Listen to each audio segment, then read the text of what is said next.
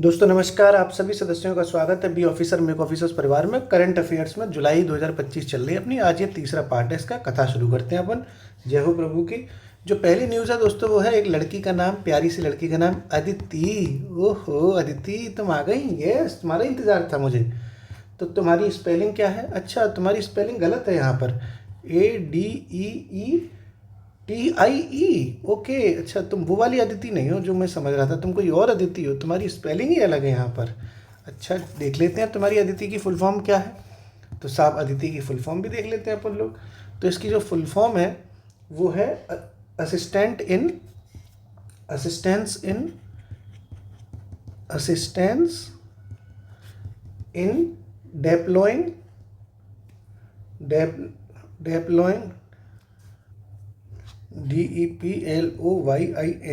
वही अंग्रेजी में थोड़ा अपन लेवल लेवल कर जाता है। फिर ये एनर्जी, फिर efficient, technology in industries. Full form इसकी इसलिए ज़रूरी होती है जानना, कहीं कहीं पूछ लिया जाएगा सीधे ही फुल फॉर्म तो मामला ख़राब हो सकता है। स्टैब्लिशमेंट बड़ी फुल फॉर्म है साहब, बड़ी भाई। अदिति ऐसी थोड़ी मिलती है, अदिति के लिए इतनी बड़ी फुल फॉर्म याद करनी पड़ेगी आपको। Assistance in deploying energy efficient technology in industries and establishment. तो इतनी बड़ी है, अगर तुम्हें अदिति से अगर लगाव हो तो याद करो भाई। अदिति तो याद करनी पड़ेगी तुम्हें, नहीं पीसीएस में अगर आ गया तो तुम्हारी अदिति से मोहब्बत टूट जाएगी, शादी अदिति की कहीं और हो जाएगी। फिर तुम गाने गाते रहना है। झूठे प्यार के झूठे हैं, धोखे प्यार के धोखे, किसी से कोई प्यार ना करे। पहले तुम फुल फॉर्म याद करोगे नहीं, फिर तुम कहोगे कि अदिति बेवफा है। अदिति बेवफा नहीं है, तुम्हारी याददाश्त कमज़ोर है, तुम याद ही नहीं करना चाहते थे। ठीक है साहब, तो याद करो साहब। असिस्टेंस इन डेप्लॉइंग, ऐसे देखो, ए से असिस्टेंस, डी से डेप्लॉइंग, ई से एनर्जी, फिर इस वाली ई से एफिशिएंट, टी से टेक्नोलॉजी, आई से इंडस्ट्रीज, इस वाली ई से इस्टेब्लिशमेंट। ऐसे यार एक दो बार में याद हो जाएगा। अब ये है क्या भैया अदिति? तो आपने यहाँ पर देखा ये एनर्जी से रिलेटेड कुछ मामला है। इसका मतलब है ये एनर्जी मतलब ऊर्जा। ऊर्जा कौन से मंत्रालय से होती है? विद्युत मंत्रालय से।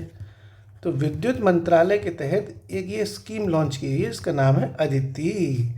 नाम ऐसे ही सरकार को लॉन्च करनी चाहिए। अदिति, शिखा, दीपमाला योजना लॉन्च हो रही है। दीपमाला योजना, मजा आया सुन सुन के हैं भाई साहब। नेहा योजना लॉन्च हो रही है, जस्सी योजना लॉन्च हो रही है। ऐसी योजना होनी चाहिए। योजना होती है प्रधानमंत्री धन धान्य योजना, मजा ही फीलिंग नहीं आ रही है योजना सुन सुन के। अब ऐसी हो उत्तर प्रदेश जस्सी योजना, वाह मजा आया। जस्सी तुस्सी ग्रेट हो। तो विद्युत मंत्रालय के तहत जस्सी एक लड़की है जो कमेंट करती है बड़े अच्छे अच्छे भैया, पूरे हमारी फैमिली में उसके कमेंट जो है लाइक किए जाते हैं। तो ये विद्युत मंत्रालय के तहत एक डिपार्टमेंट पड़ता है BEE। इस BEE को कहते हैं bureau of energy efficiency. Bureau of energy efficiency. ये एक डिपार्टमेंट है विद्युत मंत्रालय के तहत। तो विद्युत मंत्रालय के तहत जो BEE नाम का डिपार्टमेंट है, ब्यूरो ऑफ एनर्जी इफिशियंसी, इसकी एक ये योजना है। इसकी योजना है अभी हाल ही में शुरू की गई है, ताकि भारत में एनर्जी की एफिशिएंसी बढ़ सके, उसमें टेक्नोलॉजी अच्छी से आगे बढ़ सके। उस स्कीम का नाम हो जाएगा अदिति। ठीक है, किसने शुरू करी है? अगर मंत्रालय पूछा जाए तो विद्युत मंत्रालय, और अगर उसके अंदर भी थोड़ा और गहराई से पूछा जाए तो फिर BEE ने शुरू करी है, ब्यूरो ऑफ एनर्जी इफिशियंसी ने। क्या नाम है? अदिति। आगे देखते हैं साहब अगली करंट अफेयर्स क्या है। अगली करंट अफेयर्स है देश का 75वां प्रधानमंत्री दिव्यांग केंद्र खोला गया है। 75वां दिव्यांग केंद्र, ऐसे कई दिव्यांग केंद्र खोले गए हैं, तो अभी हाल ही में 75वां दिव्यांग केंद्र उत्तर प्रदेश में खुला है साहब। ठीक है, और ये खुला गया है बदायूं में। ओहो, बदायूं में खोला जा रहा है, बदायूं में। और बदायूं कहाँ पड़ता है? उत्तर प्रदेश में। ओके, तो बदायूं में खोला गया है, और बदायूं के राजकीय मेडिकल कॉलेज में खोला गया है। जो बदायूं में राजकीय मेडिकल कॉलेज है वहाँ पर ये प्रधानमंत्री दिव्यांग केंद्र खोला गया है 75वां। तो बदायूं के राजकीय मेडिकल कॉलेज में इसका उद्घाटन किया गया, ये खोला गया है। तो पूछा जाए कि अगर देश का 75वां दिव्यांग केंद्र कहाँ खोला गया है? तो उत्तर प्रदेश के बदायूं में खोला गया है और बदायूं के राजकीय मेडिकल कॉलेज में खोला गया है देश का 75वां प्रधानमंत्री दिव्यांग केंद्र। चलो साहब आगे देखते हैं। ये अदिति से बाहर निकल आए कि अभी अदिति में ही घूम रहे हो, दिमाग वहीं अदिति पर चला गया? लौट आओ। इसके बाद तो देखो दिव्यांग केंद्र खुलवा दिया, अब देखो नया खुलवाएंगे साहब, कुछ नया बताते हैं। तो अभी हाल ही में हॉकी इंडिया का एक सब जूनियर महिला चैंपियनशिप हुई थी, वो आयोजन हुआ है उसका। तो फिर 15वां यानी 15th हॉकी इंडिया सब जूनियर एक ये चैंपियनशिप होती है, इसका नाम है ये 15th हॉकी इंडिया सब जूनियर महिला राष्ट्रीय चैंपियनशिप, महिला राष्ट्रीय चैंपियनशिप। ये अभी हाल ही में हुई है साहब। कौन जीता कौन हारा कहाँ हुई ये सब कथा अपने को याद करनी होती है। 2025 में ये आयोजन हुआ है। तो 15th हॉकी इंडिया सब जूनियर महिला राष्ट्रीय चैंपियनशिप, इसका आयोजन हुआ है, इसका जो आयोजन हुआ है वो हुआ है रांची में, जहाँ के महेंद्र सिंह धोनी है, और रांची का पड़ता है झारखंड में। ठीक साहब, रांची झारखंड में। तो ये 15वां हॉकी इंडिया सब जूनियर महिला राष्ट्रीय चैंपियनशिप का आयोजन हो गया। और इसमें जीता कौन है कौन हारा है? तो झारखंड में हुआ है भैया। तो घर वाले ही तो लेके कप लेके चले गए हैं, दिल वाले दुल्हनियाँ ले जाते हैं, ऐसे घर वाले ट्रॉफी ले जाते हैं साहब।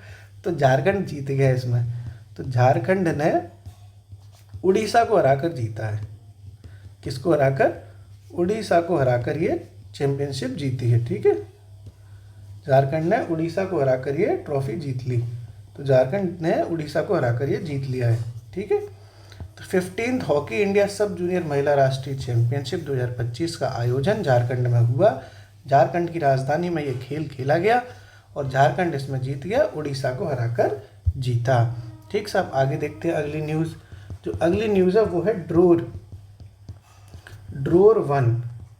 क्या है साहब ड्रोर 1? सुर्खियों में रहा ड्रोर 1 क्या है? तो आपने इजराइल देश का नाम सुना होगा, इजराइल का। इजराइल देश खूब सुना होगा, खूब युद्ध बुद्ध होते रहते हैं इजराइल में।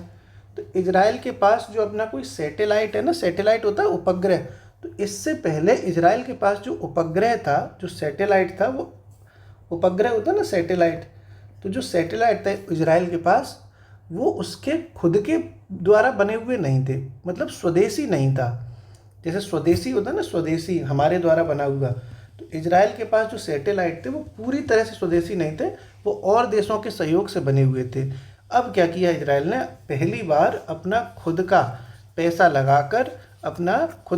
लगाकर खुद के देश में पहली बार कोई संचार उपग्रह होते ना, कम्युनिकेशन वाले सैटेलाइट, पहली बार कोई इजराइल ने अपना संचार उपग्रह बनाया है जिसका नाम रखा गया है ड्रोर 1। क्लियर, समझ गए? अब लिख लेते हैं अपन कथा साहब। तो इजराइल का प्रथम पूर्णतः सरकारी वित्त पोषित मतलब इन्हीं ने पैसा लगाया, इस किसी से पैसा भी नहीं मांगा। सरकारी वित्त पोषित और स्वदेशी संचार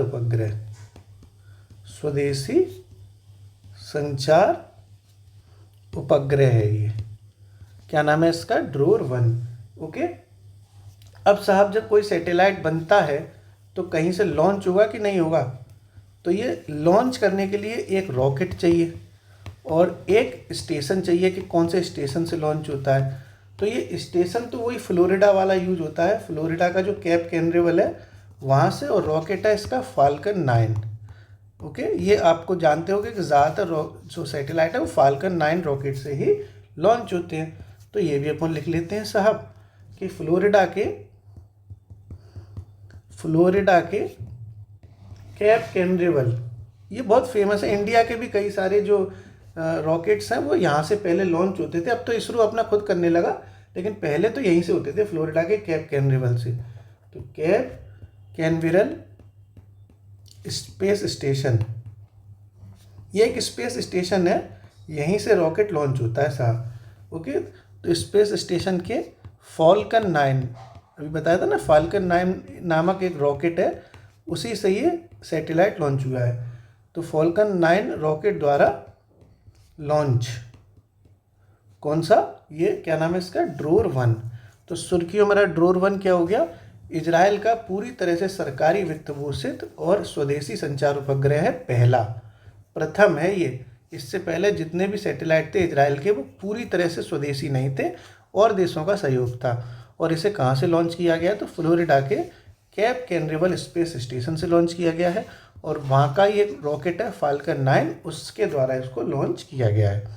आगे देखते हैं साहब अगली न्यूज़ है प्रधानमंत्री धन धान्य योजना। बस आ गई धन धान्य। अब नाम होता है योजना का प्रधानमंत्री जस्सी योजना। भाई साहब बिना याद किए रट जाती हमें, मतलब है ना, थोड़ा प्यारा नाम होना चाहिए साहब, लेकिन प्यारा नाम के जो नाम ऐसे रख देते हैं साहब, धन धान्य योजना।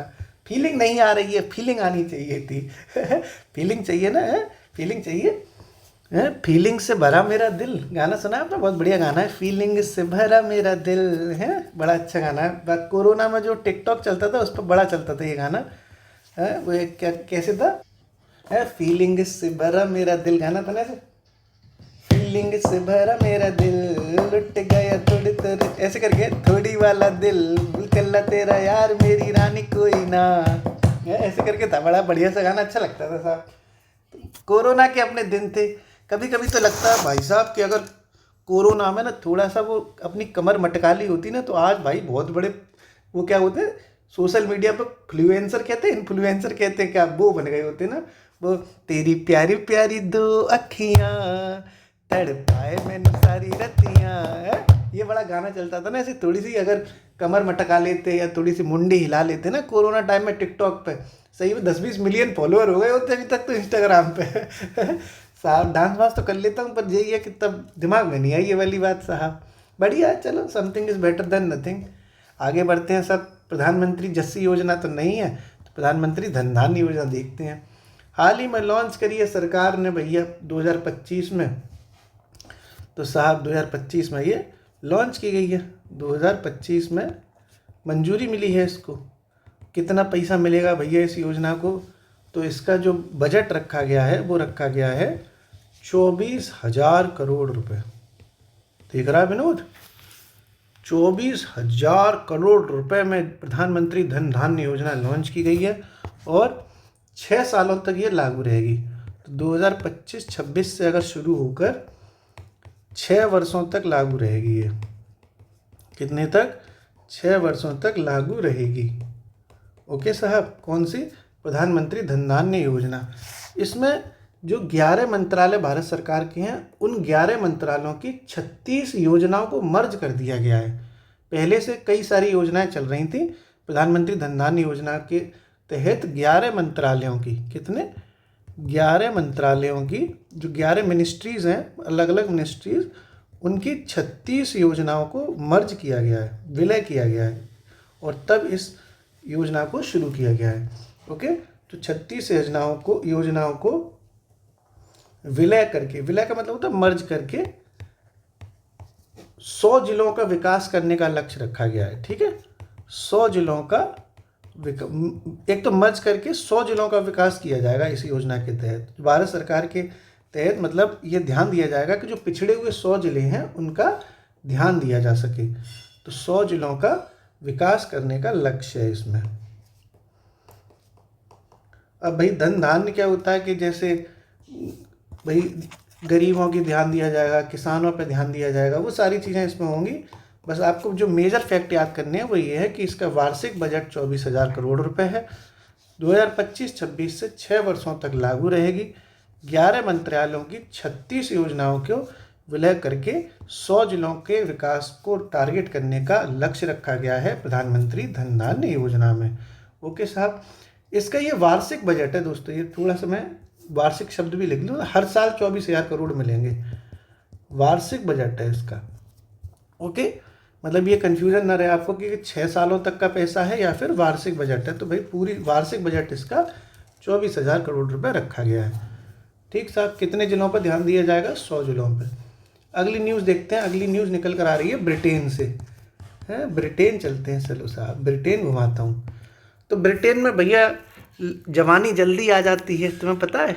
ब्रिटेन सरकार ये खुद मान रही है कि हमारे यहाँ जवानी जल्दी आती है। भाई साहब धुआं मचाने के लिए प्यार करने की उम्र कम से कम 18 साल होनी चाहिए, लेकिन हमारे यहाँ के लड़के लड़कियाँ 16 साल पे ही प्यार कर लेते हैं। 16 साल पर वो सब कर लेते हैं जो चीज़ें 18 साल के बाद करनी चाहिए। समझ रहे हो, समझ रहे हो, समझ रहे हो, समझ रहे हो। तो ब्रिटेन सरकार ने कहा है कि जब जवानी 16 साल पे तुम्हारी एकदम तहलका मचा रही है तो तुम वोट भी 16 साल पे ही डालो। जब तुम धुआं 16 साल पे मचा सकते हो तो वोट नहीं डाल सकते 16 साल पे। वोट डालने के लिए 18 साल की ज़रूरत थोड़ी नहीं है, हैं? जब तुम इश्क आशिकी की बातें कर सकते हो, शायरी सुना सकते हो, है? तुम जो ठहरे परदेसी साथ क्या निभाओगे गाना गा सकते हो। प्यार में ये भी गा सकते हो कि तुझे देखा तो ये जाना सनम। तुम कह सकते हो कि तुम सा कोई प्यारा कोई मासूम नहीं है, क्या चीज़ हो तुम खुद तुम्हें मालूम नहीं है। और रात होते होते तुम कह सकते हो कि भीगे होठ तेरे प्यासा दिल मेरा आए हाय हाय हाय। तो तुम 16 साल की उम्र पर चुपचाप वोट डाल देना। इसका मतलब ये है कि ब्रिटेन में अभी तक वोट डालने की साल 18 साल थी, अब उसे 2 साल घटाकर 16 साल कर दिया है, क्योंकि ब्रिटेन सरकार जान चुकी है कि ये जो है धुआं मचाने के लिए 16 साल पे ही एलिजिबल हो जाते हैं, तो वोट डालने के लिए भी हो जाएंगे। समझ गए भाई साहब। मैं पूरे सारे गानों में तुम्हें, अभी मैंने इतने सारे तुम्हें गाने सुनाए, उसमें तुम्हें एक ही गाना पसंद आया होगा, भीगे होठ तेरे प्यासा दिल मिलाए। अरे जाओ जाओ, सब के सब तुम अय्यास लोग हो। नरक में तुम्हें पकौड़े की तरह तलवा दिया जाएगा, तुम इतनी अय्यासी कर रहे हो, सब पता है मुझे। साहब देखो, तो अब ब्रिटेन में चुनाव की उम्र, ब्रिटेन में वोट डालने की उम्र, वोट डालने की उम्र 18 वर्ष से घटाकर 16 वर्ष कर दी गई, घटाकर 16 वर्ष की गई। ठीक है साहब, कहाँ पर? ब्रिटेन में। और ये लागू कब से होगी? तो 2029 में जो चुनाव होंगे, 2029 में जो अगले चुनाव होंगे ब्रिटेन में, अब इस बार तो हो गए जो होने थे, तो अगले आम चुनावों से लागू होगी ये। ठीक है, अगले आम चुनावों से लागू होगी। और अगले आम चुनाव कब होंगे ब्रिटेन में? 2029 में। ठीक साहब, तो तुम प्यार भी कर लेना 16 साल पर, वोट भी डाल लेना 16 साल पर। 18 साल की कोई ज़रूरत नहीं है। हिंदुस्तान में प्यार तो लोग 14 साल पे कर लेते हैं, लेकिन वोट अभी 18 साल पे डालेंगे। ऑफिशियली तो अभी यही है। प्यार करने के लिए क्या है? प्यार करने के लिए कौन सी उम्र चाहिए? 55 साल का आदमी भी प्यार कर रहा है, 65 साल का आदमी भी प्यार कर रहा है, 25 साल की लड़कियों से 65 साल का बुढ़ा बुढ़ा तो शादी कर रहा है अपने देश में। ये साहब बड़ी विचित्र घटनाएं देखने को मिलती हैं कभी कभी। आगे देखते हैं साहब, अगला क्या है? YD1। ऐसा नहीं है कि सिर्फ लड़के ही करते हैं, लड़कियां भी। मान लो लड़की 35 साल की है, लड़की 35 साल की है, लड़का 21 साल का है। अभी तुम्हें बहुत बड़ा उदाहरण दिखा दो इसका। प्रियंका चोपड़ा वाला एग्जाम्पल ले लो तुम। प्रियंका चोपड़ा खुद तो एज में बड़ी है ना, लेकिन उनका जो वो हस्बैंड है, उनका बच्चा सा लगता है उनके सामने। क्या नाम है? निक जोन्स नाम है, क्या नाम है उसका, जो भी नाम है उसका। तो ऐसा नहीं है कि लड़के ही, लड़कियां भी जो है कम थोड़े नहीं है। छोटा पति चाहिए, छोटा पति। अरे मेरा बाबू, जिसको दबा लें लड़कियां हैं। ज़्यादा अगर मान लो पति ने कुछ बोला तो एकदम उसे दबा लेंगी, जेब में रख लेंगी उसे। इतना छोटा पति ले लेंगी कि नहीं, जेब में रख के चलेगी। छोटा सा मेरा छोटा बच्चा है, मेरा बाबू है, मेरे मेरे वो गुची गुची है। YD1 देखते हैं साहब क्या है। तो भैया YD1 इंडिया की सबसे हल्की व्हील चेयर है। व्हील चेयर होती है जिन जिन लोगों के पैरों में दिक्कत होती है, वो चल नहीं पाते, वो व्हील चेयर पे बैठ जाते हैं ना, व्हील चेयर। तो ये भारत की सबसे हल्की व्हील चेयर है, सबसे हल्की सक्रिय व्हील चेयर। सक्रिय मतलब एक्टिव भी है, ऐसा नहीं है कि सिर्फ बन गई है, चालू भी हो गई है। व्हील चेयर है ये। एक चीज़ होती है कि सब बना दी गई है लेकिन अभी प्रयोग में नहीं लाई जा रही, तो प्रयोग में ये लाने लगे हैं इसको। इसका नाम रखा है YD1 एक्टिव है ये। ठीक है, क्या नाम है इसका? YD1। और ये किसने बनाई है? तो IIT मद्रास ने बनाई है, IIT मद्रास द्वारा लॉन्च की गई है। क्या नाम रखा गया है इसका? YD1। YD1 सुर्खियों में रही। क्या है? भारत की सबसे हल्की सक्रिय व्हील चेयर है, IIT मद्रास के द्वारा लॉन्च की गई है। आगे देखते हैं क्या है साहब न्यूज़। अगली न्यूज़ है सेनेगल से। सेनेगल एक देश पड़ता है अफ्रीका का। सेनेगल अफ्रीका का एक देश है।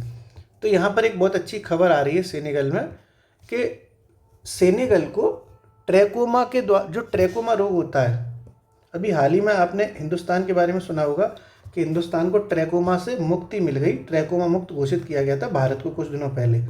तो भारत को तो किया ही गया था, अब सेनेगल को भी ट्रैकोमा मुक्त घोषित किया गया है। तो ये एक न्यूज़ आई है। तो साफ समझते हैं अपन। सेनेगल क्या है कि WHO द्वारा, WHO तो एक सर्टिफिकेट देता है, विश्व स्वास्थ्य संगठन, वर्ल्ड हेल्थ ऑर्गेनाइजेशन। तो WHO द्वारा ट्रैकोमा मुक्त घोषित किया गया है। ट्रैकोमा मुक्त घोषित किया गया है। कौन सा देश है? और ऐसा देश है सेनेगल। और ये घोषित करने वाला, ये सेनेगल अफ्रीका का देश है, अफ्रीका में अधिक पड़ता है। तो ये दुनिया का 25वां और अफ्रीका का 5वां ऐसा देश बना है। दुनिया का 25वां व अफ्रीका का 5वां देश बना जो ट्रैकोमा से मुक्ति पा गया। ठीक है। ये अभी कुछ दिनों पहले इंडिया को भी ट्रैकोमा से मुक्ति मिल गई थी। अब अपन थोड़ा सा ट्रैकोमा के बारे में जानते हैं। ट्रैकोमा के बारे में भी देख लो, क्योंकि ट्रैकोमा से मुक्ति मिली है। तो जो ट्रैकोमा नामक रोग होता है वो आँख से रिलेटेड है। आँखों की बीमारी है। हम किसी को देख लेते हैं, हमारी आँख अपने आप मरने लगती है, आँख मार दी। और जब कोई लड़की तुमसे कहे कि अच्छा मुझे देख के आँख मार रहा है, अभी रुक, तो कह देना अरे मैंने जानबूझ के नहीं मारी, मुझे थोड़ा ट्रैकोमा हो गया, मेरी आँख अपने आप मर जाती है देख के।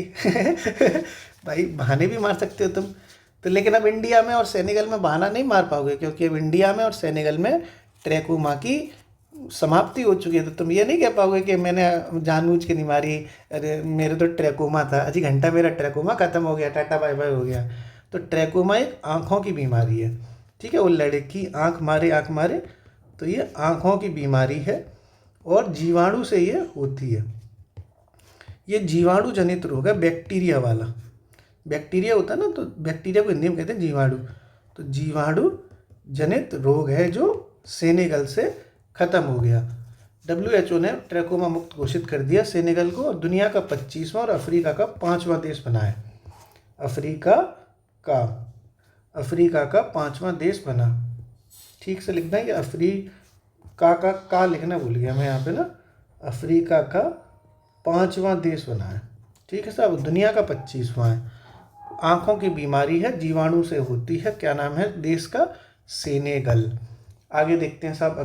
अगली न्यूज़ देखो।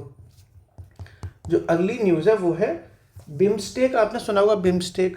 तो बिम्स्टेक का आपदा प्रबंधन अभ्यास हुआ है। बिम्स्टेक आपदा प्रबंधन अभ्यास। देखो अलग अलग चीज़ें होती है। बिम्स्टेक का शिखर सम्मेलन होता है, वो अलग होता है। बिम्स्टेक का आपदा प्रबंधन अभ्यास है, वो एक अलग चीज़ है।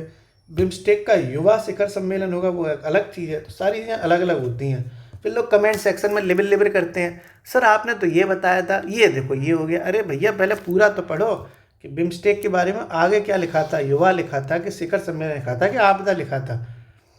कई लोग ऐसे हैं दोस्तों, देखो हमारा जो असिस्टेंट है वो हमें बताता है। अच्छा, हमें कुछ कमेंट सेक्शन भी आते हैं। जैसे हमने कहा था CSET हम कराएंगे, 10 सितंबर से हमारा वीडियो आएगा। अब 10 सितंबर से नहीं आ पाया क्योंकि मैं अपनी जॉब में थोड़ा सा कुछ अलग से जिम्मेदारियां भी हैं मेरी, तो वो मुझे एकदम से ड्यूटी लगी तो मैं नहीं निभा पाया उसको। तो मैंने टेलीग्राम पर 10 सितंबर को ही मैसेज कर दिया कि अभी मैं थोड़ा सा बिजी हूँ, 5-6 दिन बाद CSET की क्लास लाने की मैं कोशिश करूँगा, और मैं कुछ ना कुछ तो करूँगा ही। मैंने ये कहा था कि मैं आपके लिए कुछ प्रबंध तो करूँगा जिससे आपके CSET में कम्युनिकेशन आपको दिक्कत ना हो। लेकिन फिर भी ऐसे 12 कमेंट आए हमारे यूट्यूब पर, और वो भी कब? 11 सितंबर को, जबकि मैंने 10 सितंबर को ही टेलीग्राम पर बता दिया। उसके बाद भी 11 सितंबर को कई लोगों ने लिखा। एक ने तो इतना बुरा लिखा कि सर आप अपना वादा भूल जाते हैं, आपने कहा था 10 सितंबर को आएगा। तो भैया पहले तुम टेलीग्राम ठीक से देखो। जब तुम हमें अच्छे से फॉलो कर रहे हो तो हमारी चीज़ों का भी ध्यान रखो कि हमने इन्फॉर्मेशन दे दी कि 10 सितंबर को कि हमारी क्लास 5-6 दिन बाद आएगी, लेकिन फिर भी उन्हें लिबर करनी है क्योंकि वो बेवकूफ़ हैं, निहायती चूती हैं वो लोग। मैं तो खुल के बोलता हूँ, मुझे डर थोड़ी नहीं, आप मेरा कोई अगर अनसब्सक्राइब कर देगा कर दे कि नहीं। निहायती चूती हैं वो लोग जो सिर्फ आरोप लगाना जानते हैं कि सर कि तुमने अपना वादा नहीं निभाया। पहली बात तो मैंने कोई वादा नहीं किया था। मैं हमेशा लिखता हूँ कि मैं प्रयास करूँगा। मैं कभी किसी चीज़ के लिए 100% नहीं कहता, क्योंकि 100% कोई चीज़ होती ही नहीं है एजुकेशन इंडस्ट्री में। कोशिश की जाती है, कोशिश, और कोशिश करने वालों की हार नहीं होती। आप देखना अक्सर वादे टूट जाते हैं। वादा तो होता ही टूटने के लिए है, लेकिन कोशिशें होती हैं कामयाब होने के लिए। ये मैंने अपनी ज़िंदगी में सीखा है। मैं कभी किसी से प्रॉमिस नहीं करता। मैं करता हूँ कोशिश, और जिससे मैं प्रॉमिस करूँगा कोई ना कोई अड़चन आ जाएगी। वादा होता है वो टूट जाता है, कोशिशें कामयाब हो जाती है। तुम भी ये बात हमेशा याद रखना कि संभव ने एक बात कही थी कि जो तुमसे लंबे लंबे वादा करेगा वो तुम्हें तोड़ के जाएगा, और जो तुमसे कहेगा कि मैं कोशिश करूँगा कि तुम्हारी ज़िंदगी के लिए ये कर सकूँ, तो समझ लो कि उसकी कोशिश वो कामयाब हो जाएगी। तो ये बात वो देखते नहीं है, उल्लू से कमेंट करते रहते हैं फालतू के। चलो साहब कोई नहीं, अगला देखते हैं। बिम्स्टेक आपदा प्रबंधन अभ्यास। बिम्स्टेक आपदा प्रबंधन अभ्यास। तो ये चुतियापे अपने बंद करने चाहिए ऐसे लोगों को जो फालतू कमेंट करते हैं। अगर उन्हें ठीक से ध्यान देना है तो वो टेलीग्राम पर दी जाने वाली इन्फॉर्मेशन को भी ध्यान से पढ़ें, रेगुलर पढ़ें। नहीं तो फिर लिबर लिबर करते रहो घंटा, हमें तो फर्क पड़ता नहीं है, जो जिसको करना है तो करे। हमें ये लगता है कि कोई पढ़ाई कर रहा है तो ठीक से ही देखे। अगर हमें हमारी वीडियो देख रहा है, हमारी वीडियो से उन्हें लाभ हो रहा है, तो कम से कम हमारी जो द्वारा इन्फॉर्मेशन दी जा रही है वो तो देख ले पहले। तो साहब देखो, बिम्स्टेक आपदा प्रबंधन अभ्यास ये अभी हाल ही में वर्चुअली आयोजित हुआ। वर्चुअली मतलब ये आयोजन वैसे हुआ ऑनलाइन टाइप का। तो भारत की अध्यक्षता में वर्चुअली ये आयोजित हुआ है।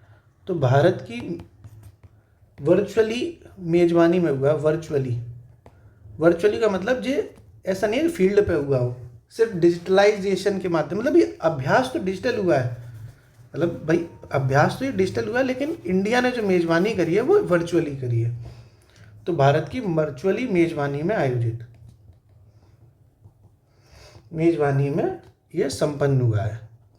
ओके, तो अगर पूछा जाएगा कि बिम्स्टेक आपदा प्रबंधन अभ्यास का अध्यक्ष कौन रहा है, तो भारत रहा है। बस इतना ही आपको बताना था। आगे देखते हैं अगली न्यूज़।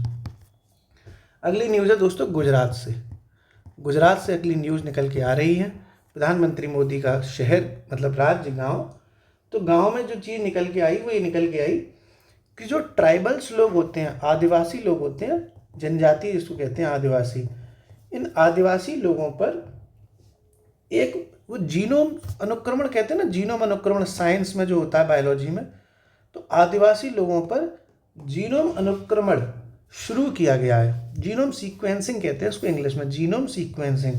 तो इससे पहले ये आदिवासी लोगों पर नहीं की गई थी, एक प्रयोग टाइप का है, एक्सपेरिमेंट किया गया है ताकि इनकी आदिवासी लोगों की जेनेटिक्स के बारे में, उनकी आनुवांशिकी जानकारी के बारे में पता लगाया जा सके। तो आदिवासी लोगों पर जीनोम अनुक्रमण शुरू करने वाला पहला राज्य बना है गुजरात। ठीक साहब, आगे देखो सब। तो मतलब क्या लिखना है इसमें कि पूर्णतः आदिवासी समुदायों पर अभी आपको समझाई मैंने, पहले मैं आपको समझा देता हूँ फिर मैं लिखाता हूँ, ये मुझे तरीका अच्छा लगता है। आदिवासी समुदायों पर केंद्रित जनजातीय जीनोम अनुक्रमण शुरू करने वाला पहला राज्य। यही तो आपको बताया था कि जीनोम अनुक्रमण शुरू करने वाला पहला राज्य बना है गुजरात। पहला राज्य बना, कौन सा बना? गुजरात। ओके, तो पूछा जाएगा कि हाल ही में कौन सा राज्य बन गया जिसने जनजातियों पर जीनोम अनुक्रमण यानी जीनोम सीक्वेंसिंग लागू कर दी, तो बन गया गुजरात। ठीक है साहब, अगली न्यूज़ देखते हैं। अगली और बताओ, सब बढ़िया चल रहा है, मौज चल रही है। बिहार पीसीएस भी तो यार, बीपीएससी कब है? आज कल है ना, 13 सितंबर को, आज तो 12 सितंबर है। तो भैया जाओ, बिहार में है, लहंगा उठा के आना रिमोट से भैया, मज़ा आ जाएगा भाई साहब। कमरिया जोरे जाता जो लॉलीपॉप लागे। भाई बिहार में एक अलग ही रौला है, बहुत अच्छे अच्छे गाने बजते हैं। हीरोइन में हीरोइन है, गुलाब जैसन खिलल वारू, भवरा से मिलल वारू, करत दिल के आय हाय मर जावा मैं। भाई बिहार के गाने सुनो, शरीर एकदम तन जाएगा तुम्हारा भोजपुरी स्टाइल में। तो बिहार पीसीएस देने वाले सभी दोस्त यारों को शुभकामनाएं।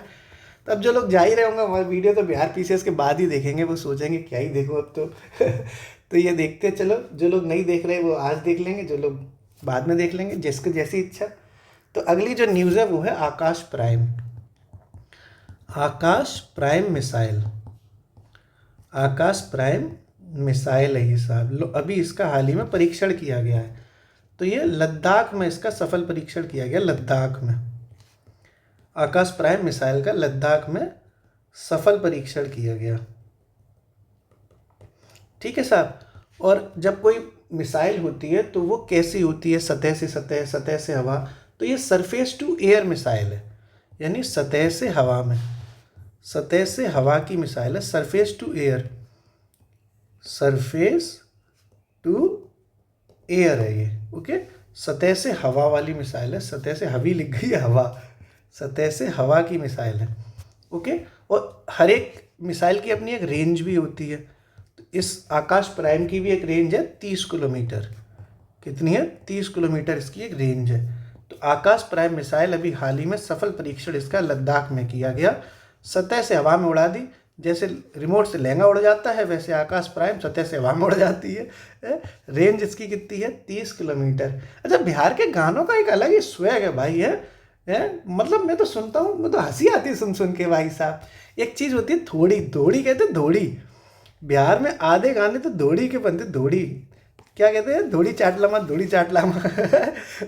मैंने उस दिन इंटरनेट पे सर्च किया धोड़ी का मीनिंग, अच्छा तब मुझे समझ में आया, अच्छा ओहो भाभी की धोड़ी, ओहो।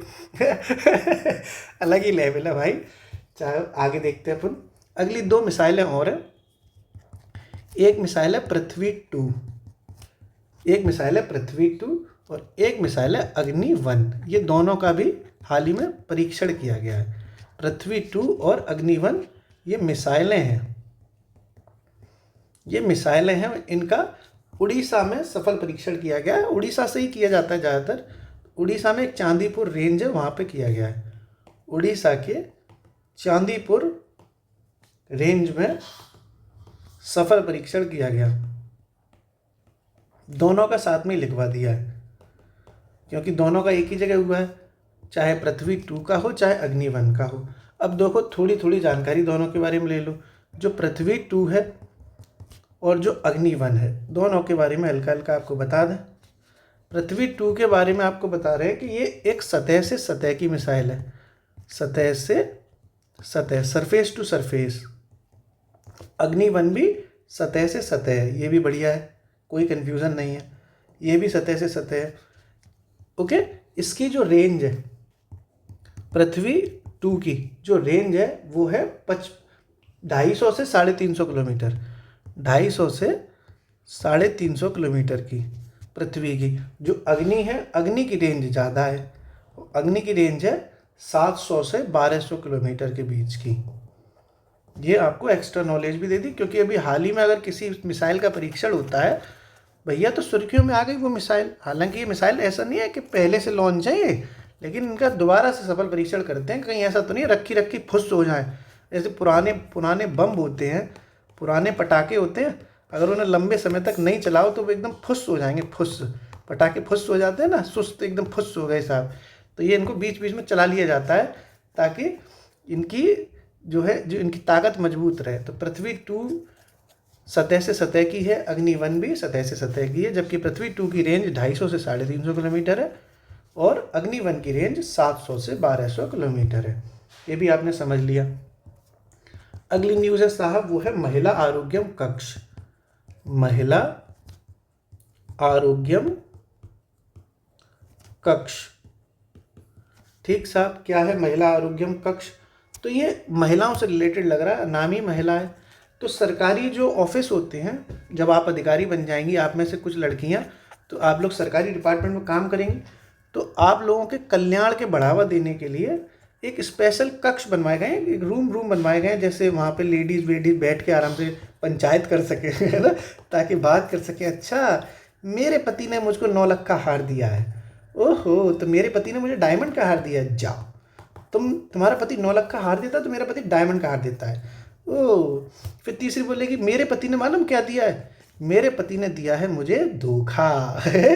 फिर चौथी बोलेगी मेरे पति ने दिया है मेरे को बच्चा। आहा, मतलब ऐसी पंचायत कर सके, अलग से एक रूम बना दिया, जाओ। अरे भैया हंसी मजाक वाली बात है, एक स्पेशल रूम बनवाया है ताकि महिलाओं के कल्याण को बढ़ावा दिया जा सके। ठीक है, तो सरकारी दफ्तरों में सरकारी दफ्तरों में महिलाओं के कल्याण को बढ़ावा देने के लिए, महिलाओं के कल्याण को बढ़ावा देने के लिए ये महिला आरोग्यम कक्ष नाम का कार्यक्रम शुरू किया गया है। ये कार्यक्रम शुरू किया गया है भैया, ठीक है। तो महिलाओं के कल्याण को बढ़ावा दिया जाएगा सरकारी दफ्तरों में।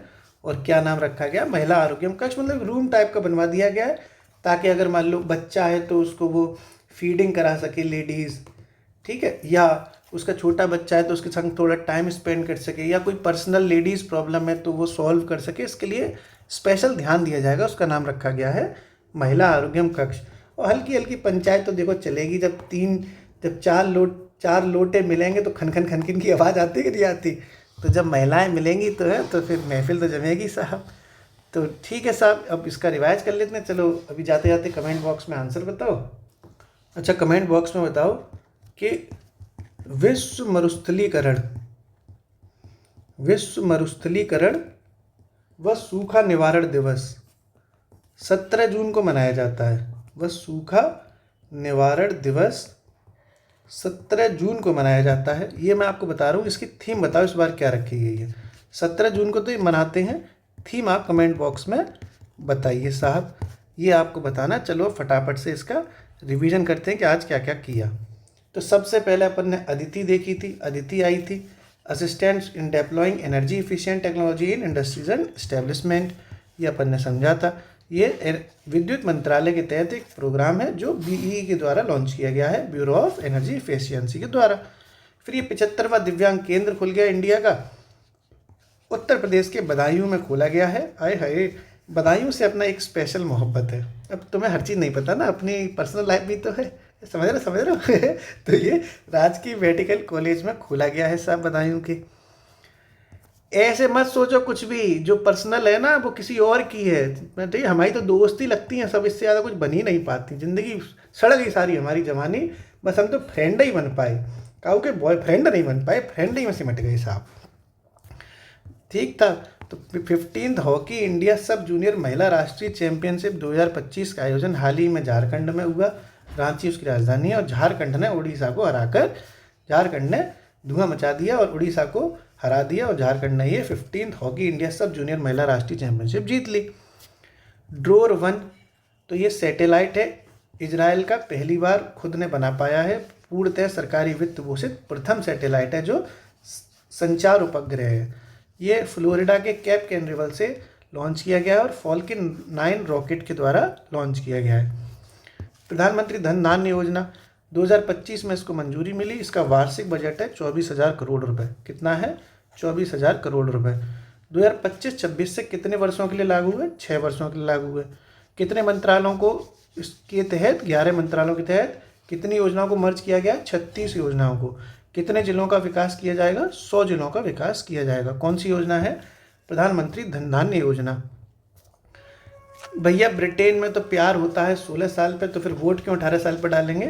तो 18 साल से घटाकर 16 साल कर दी है वोट डालने की उम्र। कहाँ पर? ब्रिटेन में। कब से लागू होगा? 2029 में होने वाले अगले इलेक्शन से। YD-1 क्या है? सुर्खियों में रहा। तो ये इंडिया की सबसे हल्की एक्टिव व्हील चेयर है, जिसको किसने बनाया है? IIT मद्रास ने। सेनेगल क्यों सुर्खियों में रहा? क्योंकि WHO ने ट्रैकोमा मुक्त घोषित कर दिया। और दुनिया का कौन सा देश बना है? 25वां, जबकि अफ्रीका का 5वां देश बना है। ट्रैकोमा किससे होता है? जीवाणु से होता है। कहाँ होता है? आंखों में होता है। बिम्स्टेक का आपदा प्रबंधन अभ्यास की मेजबानी किसने करी? भारत ने करी। कौन से फॉर्मेट में की? वर्चुअल फॉर्मेट में की। गुजरात क्यों सुर्खियों में रहा? क्योंकि ये पूरी तरह से जो ट्राइबल कम्युनिटी है उन पर जीनोम सीक्वेंसिंग शुरू करने वाला पहला राज्य बन गया है। जीनोम अनुक्रमण शुरू करने वाला पहला राज्य कौन बन गया है जनजातियों पर? गुजरात। आकाश प्राइम मिसाइल क्यों और सुर्खियों में रही? क्योंकि लद्दाख में इसका सफल परीक्षण किया गया है। कैसी मिसाइल है ये? Surface to air. कैसी है? Surface to air. क्या नाम है? आकाश प्राइम। भाई आकाश है ना, आकाश हवा में तो होता है, और ज़मीन से हम लोग उस आसमान को देखते हैं, तो सतह से हवा में देख रहे हैं तो हमें क्या दिखता है? हवा और आकाश। ऐसे याद कर लो, बढ़िया तरीका बता दिया। हम लोग ज़मीन पे हैं, सतह पे हैं। हम जब हवा की तरफ देखते हैं, ऊपर देखते हैं, आसमान में देखते हैं, तो हमें क्या दिखाई देता है? आकाश। इसकी रेंज कितनी है 30 किलोमीटर्स। कहाँ सफल परीक्षण किया है लद्दाख में। फिर पृथ्वी 2 और अग्नि-1 दोनों का सफल परीक्षण कहाँ हुआ है उड़ीसा के चांदीपुर में। पृथ्वी 2 और अग्नि-1 दोनों की दोनों सतह से सतह में चलती हैं। पृथ्वी 2 की जो रेंज है वो 250 से 350 किलोमीटर है, जबकि अग्नि-1 की जो रेंज है वो 700 से 1200 किलोमीटर है। महिला आरोग्यम कक्ष क्या है, तो सरकारी दफ्तरों में महिलाओं के कल्याण को बढ़ावा देने के लिए शुरू किया गया एक कार्यक्रम है। क्या नाम है, महिला आरोग्यम कक्ष। विश्व मरुस्थलीकरण व सूखा निवारण दिवस 17 जून को मनाते हैं। थीम आप इसकी कमेंट बॉक्स में बताइए। शुक्रिया।